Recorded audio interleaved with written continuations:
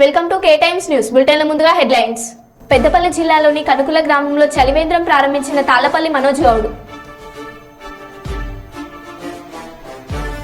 శ్రీశైలం నల్లమల్ల ఘాట్ రోడ్లో ప్రమాదం. వైసీపీకి భారీ షాక్, రోజు రోజుకి టీడీపీలోకి భారీ చేరికలు.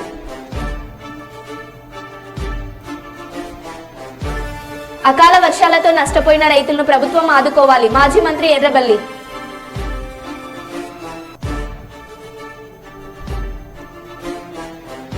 మతిలేక గతి తప్పిన బండి గంగుల అంటూ కాంగ్రెస్ లో చేరిన కార్పొరేటర్ల విమర్శ.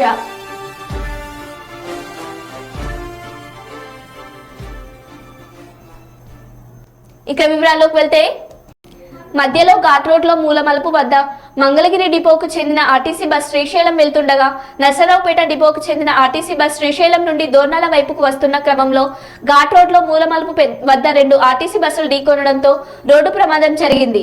2 ఆర్టీసీ బస్సులు ఎదురుగా ఢీకొనగా ఒకరి మృతి. మృతుడు ఊట్ల రాజారావు సన్నాఫ్ సత్యనారాయణ, 69 సంవత్సరాలు, కులం గౌడ్, గుంటూరు, అక్కడికక్కడే మరణించాడు. మిగతా బస్సులో ఉన్నటువంటి ప్రయాణికులకు చిన్న గాయాలు తగిలాయి. వారందరినీ ప్రభుత్వ ఆసుపత్రికి తరలించారు. పలువురికి గాయాలు. మధ్యాహ్నం 3 గంటల సమయంలో ఈ ప్రమాదం జరిగింది. అయితే శ్రీశైలం నుండి దోర్నకల్కు వచ్చే వాహనాలు భారీ ఎత్తున నిలిచిపోవడం జరిగింది.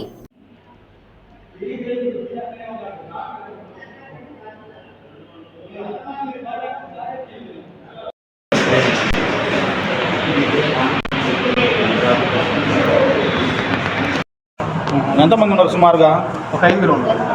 బస్సులో ఉన్నది 5 మంది, డ్రైవర్తో కండక్టర్తో సహా. డ్రైవర్ కానీ డ్రైవర్ కాదు. టర్నింగ్లో జరిగింది, చింతల తుమ్మలబయలు మధ్యలో. అవునండి. ఇతనికి మంచి దెబ్బలా? చనిపోయిన అతనికి రాడ్డు బ్రేక్ పట్టకుండా రాడ్డు అనేది ముందుకు పోయి ముందు పక్క ఉండేది, బానెట్ దగ్గర ఉండే రాడ్డు తగిలింది అతనికి. ఫ్రంట్ సీట్లు ఉండబట్టి గుద్దుకొని ముందుకు పట్టాడు. ఏం పేరండి చనిపోయిన అతని పేరు? తెలియదు. ఓకే. వి రాజారావు, గుంటూరేనా వాళ్ళది? డొంక రోడ్డు, గుంటూరు. వి రాజారావు. వాళ్ళ భార్య వాళ్ళు ఏమన్నా ఉన్నారా బస్సులో? అతను మీరు వచ్చే బస్సులో ఉన్నారు, వీళ్ళు వెళ్ళే బస్సులో ఉన్నారు.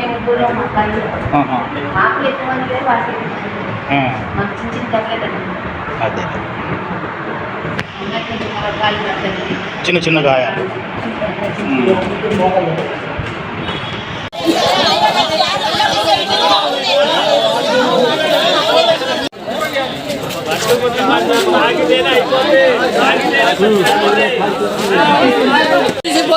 జేసీ పాడు వస్తున్నట్టు అది రోప్ పెట్టి లాగిస్తాం. ఇప్పుడు పట్టాలు తీసుకురామని పట్టాలని లాగేద్దాము. అంతేగాని 1 గంట కానీ మంచి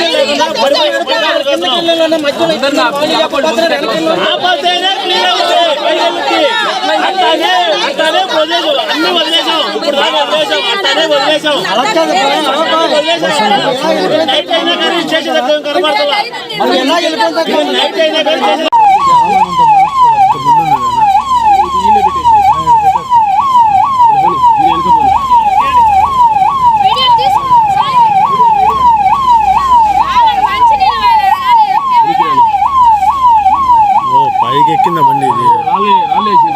శ్రీ భద్రకాళి దేవాలయంలో శ్రీ భద్రకాళి భద్రేశ్వర్ల కళ్యాణ బ్రహ్మోత్సవాల పోస్టర్ను ఆలయ ఈవో శేషుభారతి ఆలయ ప్రధాన అర్చకులు శేషు ఆవిష్కరించారు. ఈ సందర్భంగా వారు మాట్లాడుతూ భద్రకాళి భద్రేశ్వర్ల కళ్యాణ బ్రహ్మోత్సవాలు ఈ నెల 9వ తేదీ నుండి 20వ తేదీ వరకు కొనసాగుతున్నాయన్నారు. బ్రహ్మోత్సవాల్లో అమ్మవారిని దర్శించుకునేందుకు వచ్చే భక్తులకు వేసవి తీవ్రత దృష్ట్యా చల్వ పందిరులు, చల్లని మంచినీరు, మజ్జిగ, మధ్యాహ్నం ఉచిత భోజన సదుపాయం కూడా ఏర్పాటు చేశామని తెలిపారు. బ్రహ్మోత్సవాల్లో భక్తులు అమ్మవారిని దర్శించుకుని అమ్మవారి కృపకు పాత్రలు కాగలరని ఆలయ ఈవో శేషుభారతి కోరారు.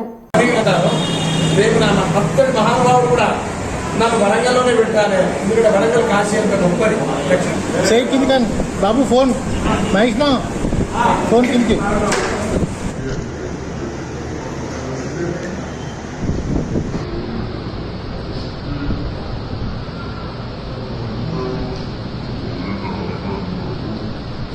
నుంచి మే 24 దాకా 10 రోజుల పాటు వరంగల్ మహానగరంలో స్వయం వ్యక్తమై దర్శింపవచ్చిన భక్తుల బాలిట కోరిన కోర్కెలకు బంగారమును కొంగు బంగారమవుతూ ఈ లోకాన్ని అనుగ్రహిస్తున్న భద్రకాళి భద్రేశ్వరుల యొక్క శ్రీకళ్యాణ బ్రహ్మోత్సవాలు వైశాఖ శుద్ధ పాడ్యమి నుండి వైశాఖ శుద్ధ ద్వాదశి వరకు నడుస్తాయి.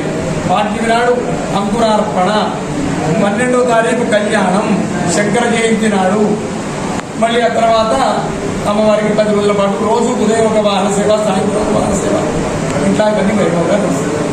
భక్తులందరూ పాల్గొనాలి, అందరూ అమ్మవారి ప్రసాదాన్ని స్వీకరించాలి. మన భద్రకాళి దేవస్థానంలో 9వ తారీఖు నుండి 20వ తారీఖు వరకు నిర్వహించబడుతున్నాయి.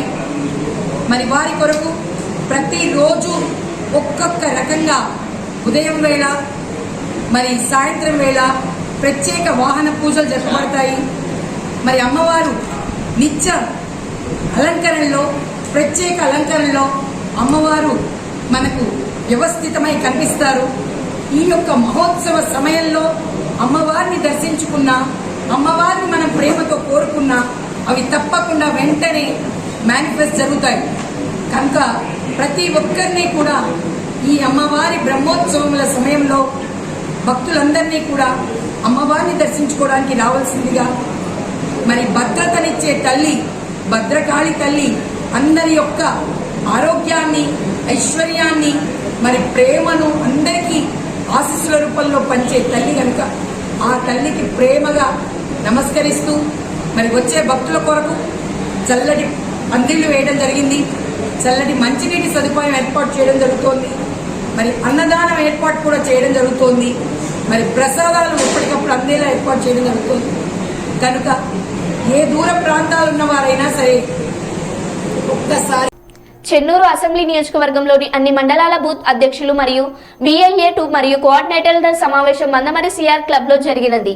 ఈ కార్యక్రమానికి ముందు బీజూన్ ఏరియా హాస్పిటల్ దగ్గర నుండి నాగార్జున క్వార్టర్స్ మీదుగా బీజూన్ చౌరస్తా నుండి రామాలయం మీదుగా మందమరి సిఆర్ క్లబ్ వరకు వందలాది బైకులతో ర్యాలీ నిర్వహించడం జరిగినది. అనంతరం సిఆర్ క్లబ్ లో బూత్ అధ్యక్షుల సమావేశం నిర్వహించడం జరిగింది.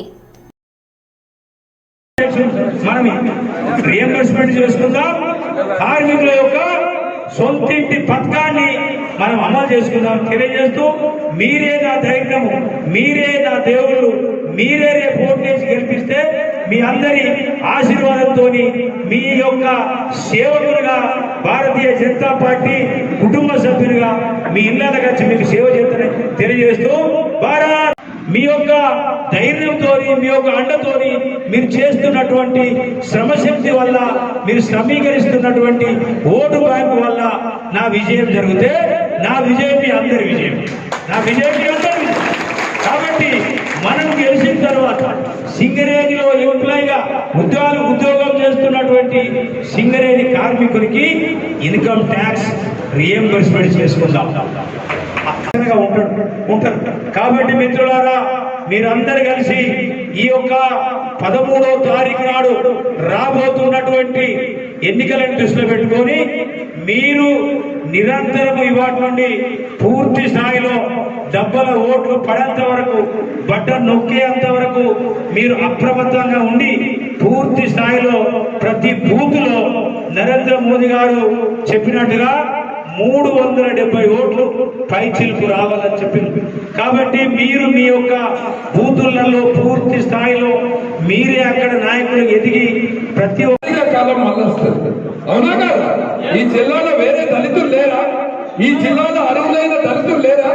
ప్రజాప్రతినిధులు కావద్దా? ఆ కుటుంబం ఈ జిల్లాలో ఉన్నదా? కొన్నారా? నేను మీకు ఒకటి రాసి పెడతా.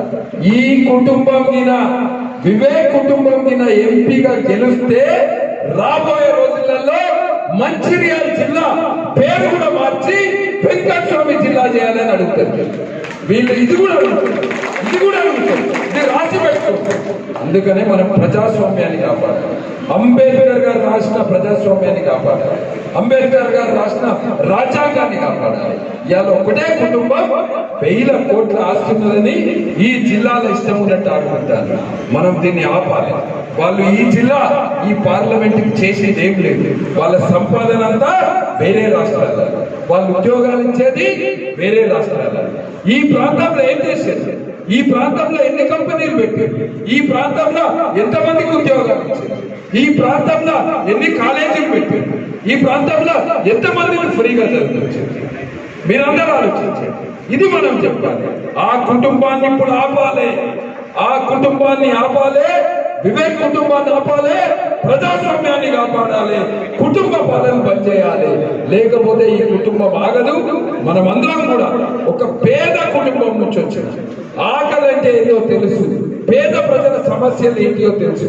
ఇటువంటి వ్యక్తిని మనం గెలిపించి పార్లమెంట్ పంపితే రేపు మన ప్రాంత సమస్యల పరిష్కారం.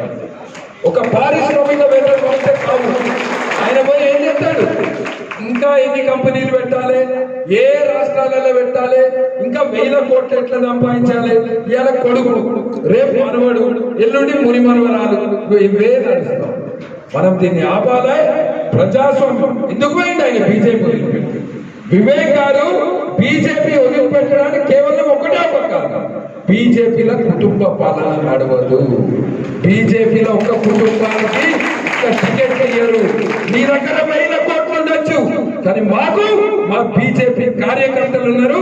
మా ప్రతి కార్యకర్త గోమాస సీనన్నను గెలిపించేంత వరకు కూడా 24 గంటలు ఈ వారం రోజులు కష్టపడదాం, సీనన్నను గెలిపిద్దాం. మీరందరూ కూడా ఇలా మాట ఇవ్వాలి. ప్రతి ఇంటికి పోండి, ప్రతి అక్క చెప్పండి, ప్రతి అన్నకు చెప్పండి, నరేంద్ర మోదీ గారిని ప్రధానమంత్రి చేయాలి, గోమాస సీనన్నను గెలిపియాలి. ఇదందరూ కూడా గుర్తు పెట్టుకొని వారం రోజులు మీరందరూ మాట ఇవ్వాలి. ఈ వారం రోజులు అందరం మన కెప్టెన్ ఎవరు? మన కెప్టెన్ నరేంద్ర మోడీ. నరేంద్ర మోడీ గారి నాయకత్వంలో మనం పనిచేస్తే ఖచ్చితంగా గెలుస్తాము. దీన్ని ఎవ్వరు ఆపలేరు. చరిత్ర సృష్టిస్తాడు సీనన్న. ఇది మనం అందరం కూడా గుర్తు పెట్టుకొని పనిచేస్తాము. అన్నట్టు వేరే మీటింగ్ టైం అయింది. మాయమాటలతో 10 ఏళ్లుగా పాలన సాగిస్తున్న నరేంద్ర మోడీ ప్రభుత్వంనకు ఈ ఎన్నికల్లో ప్రజలు తగిన బుద్ధి చెప్తారని రాష్ట్ర మహిళా కాంగ్రెస్ అధ్యక్షురాలు పుష్ప అమర్నాథ్ తెలిపారు. ఆంధ్రప్రదేశ్ మహిళా కాంగ్రెస్ అధ్యక్షురాలు పుష్ప అమర్నాథ్ అన్నారు. శనివారం ఆమె పార్టీ కార్యాలయంలో మీడియా సమావేశంలో మాట్లాడుతూ మాయమాటలు చెప్పి ప్రజల విశ్వాసాన్ని కోల్పోయిన బీజేపీ మోదీ హామీని ప్రజలు ఇక నమ్మరని, గతసారి ఇచ్చిన హామీలు నెరవేర్చేటప్పుడు మరో అబద్ధాన్ని ప్రజలు నమ్మారన్నారు. మందిర్ మసీద్ మంగళసూత్రంపై నరేంద్ర మోడీ ఎన్నికలను ఎదుర్కొంటున్నారు. గత 10 ఏళ్లలో చేసిన అభివృద్ధిని ప్రజలకు చెప్పాలని సవాల్ విసిరారు.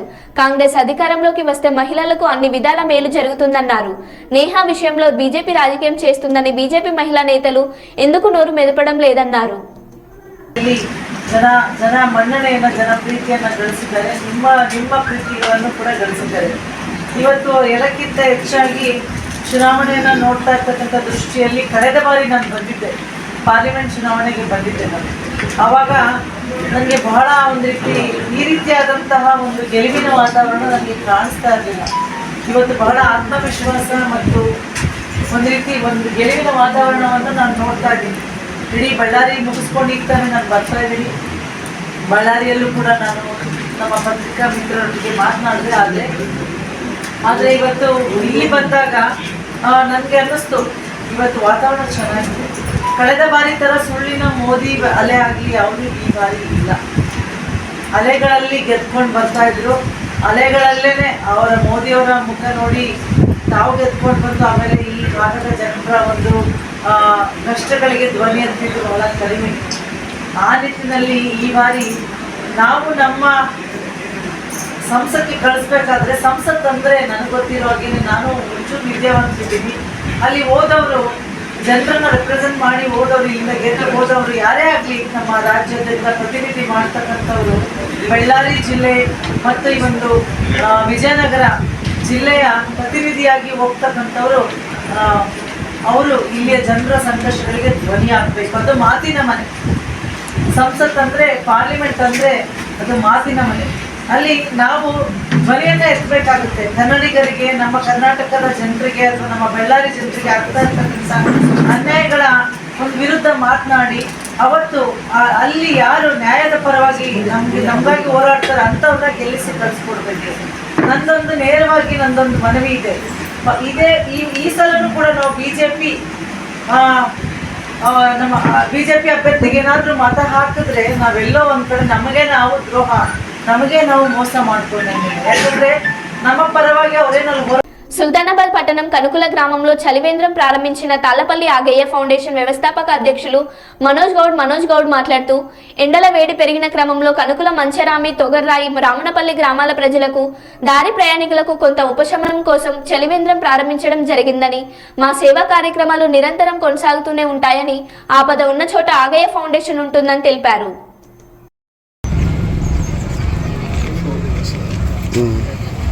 ఈరోజు సుల్తానాబాద్ మండలం కనుకుల గ్రామంలో స్థానిక నాయకుల ప్రజల కోరిక మేరకి ఇక్కడ బ్యాంకుకు వచ్చే ఖాతాదారులకు అండ్ మరియు దారి ప్రయాణికుల సౌకర్యార్థం ఎండలు విపరీతంగా పెరుగుతున్నందున నీళ్ళకి చాలా ఇక్కడ ఇబ్బంది అవుతున్నందున దారి ప్రయాణికులకి చుట్టుపక్కల 4-5 గ్రామాలు నిత్యం బ్యాంకుకు వస్తూ ఉంటారు కాబట్టి అందరికీ ప్రయోజనంగా ఉంటుందని చెప్పి మా తాళ్లపల్లి ఆగయ్య ఫౌండేషన్ ద్వారా చలివేంద్రం ఏర్పాటు చేయడం జరిగింది. ఇక్కడే కాకుండా సుల్తానాబాద్ మండల కేంద్రంలో కూడా గత 5 రోజులుగా అక్కడ చలివేంద్రం మజ్జిగ పంపిణీ కూడా కొనసాగుతూ ఉంది.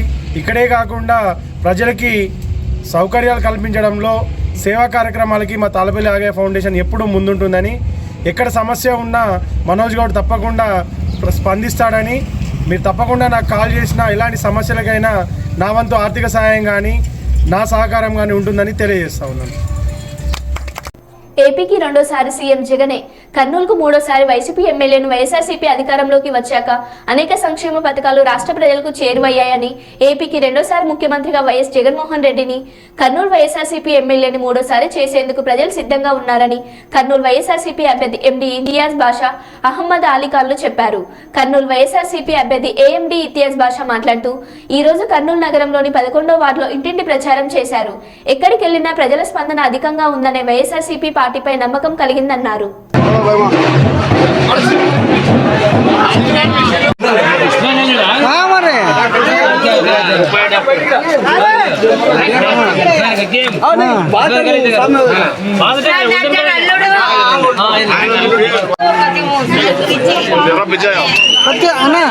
నిలబడు, పక్కన నిలబడు, కనపడాలి.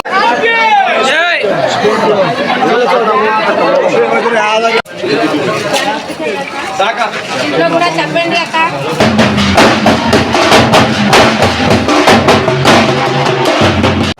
రండి, మీరు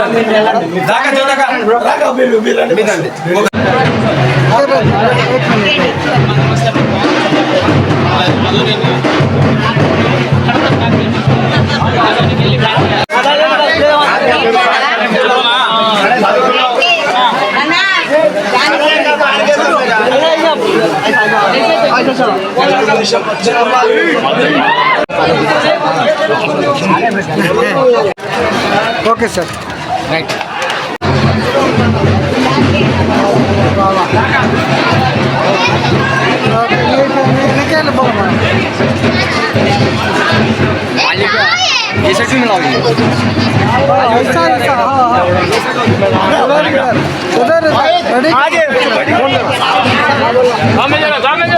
సార్ కొద్దిగా అది పట్టుకోండి సార్.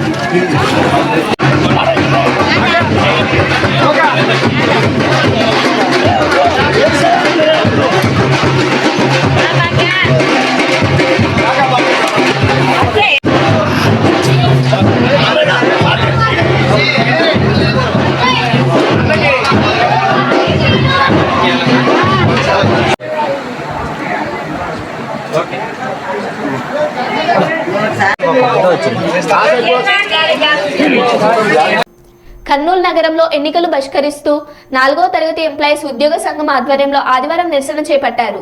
తమ కాలనీలో 7.5 ఎకరాల స్థలంలోని 3 పార్కులు ఆక్రమణకు గురయ్యాయి. వీటిపై కాలనీ వాసులు స్థానిక ప్రభుత్వ అధికారులకు ఎన్నో వినతి పత్రాలు ఇచ్చారు. తమ కాళ్లకు చెప్పులు అరిగినా తిరిగారు. చివరకు ప్రజాప్రతినిధులను ఆశ్రయించిన ఫలితం లేకపోయింది.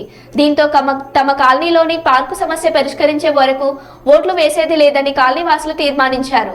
అందులో భాగంగానే ఎన్నికల్లో బహిష్కరిస్తున్నట్లు ప్రకటించారు. ఈ ఎన్నికల్లో కాలనీ వాసులు ఓట్లు వేసే ప్రసక్తి లేదని తేల్చేంత వరకు ఆదివారం తాము ఎన్నికలను బహిష్కరిస్తున్నట్లు ఏకంగా నిరసన చేపట్టిన విశేషం. అంబటి రాంబాబుకు ఓటేయద్దు ప్లీజ్.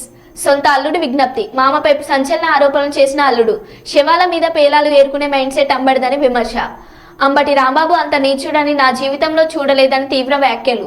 మంచితనం, మానవత్వం ఏ కోణాన లేని వ్యక్తి అంటూ ఫైర్. నమస్తే అండి, నా పేరు డాక్టర్ గౌతమ్. నేను ఇప్పుడు సిట్టింగ్ ఎమ్మెల్యే అండ్ మినిస్టర్ అయిన అంబటి రాంబాబు అల్లుండి. అది నా దురదృష్టం, ఎవరు ఏం చేయలేరు.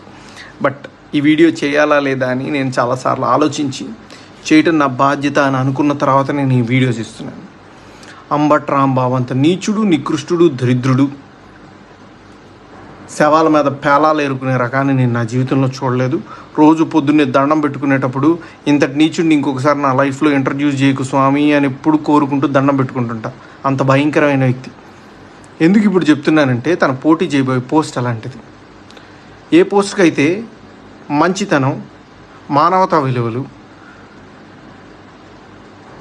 కనీసం బాధ్యత ఉండాలో వీటిల్లో అందరికీ 100% అందరికీ అన్నీ ఉండక్కర్లేదు.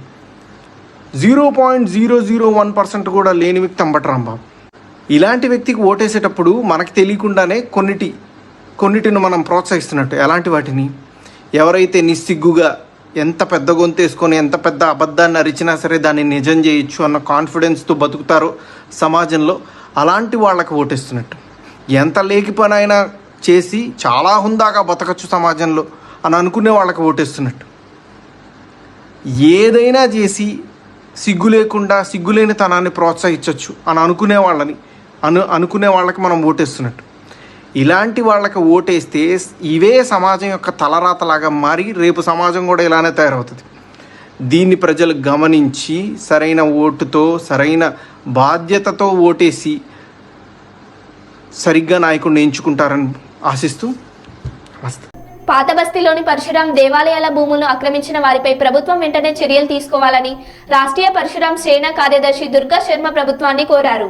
ఆదివారం శ్రీ పరశురాం జనోత్సవం సందర్భంగా బేగం బజార్ ఛత్రి నుండి మాలి భవన్ వరకు శోభయాత్ర నిర్వహించిన సభ్యులు 500 ఏళ్ల చరిత్ర కలిగిన పరశురాం ఆలయ భూములు అన్యక్రాంతం అయ్యాయని గత కొన్ని సంవత్సరాలుగా రాష్ట్రీయ పరశురాం సేన సర్వ బ్రాహ్మణ పరిషత్ సభ్యుల కబ్జాదారులపై కేసులు వేసి హైకోర్టులో విజయం సాధించామని, హైకోర్టు ఉత్తర్వులు ఉన్నప్పటికీ కబ్జాదారులు దేవాలయాల భూమిని ఖాళీ చేయడం లేదని వారు ఆరోపించారు.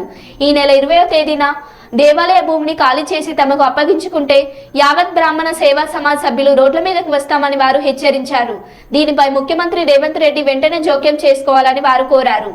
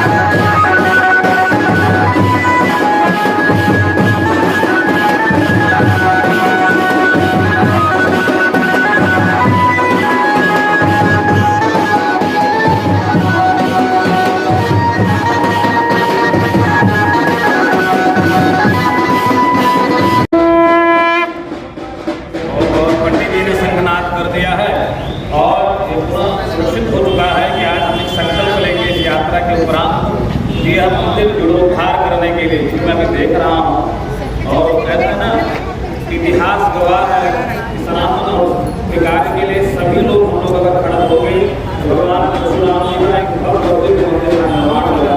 दीदी जी का देखना में बहुत अच्छा आपका देख रहा हूँ, दे रहे हैं।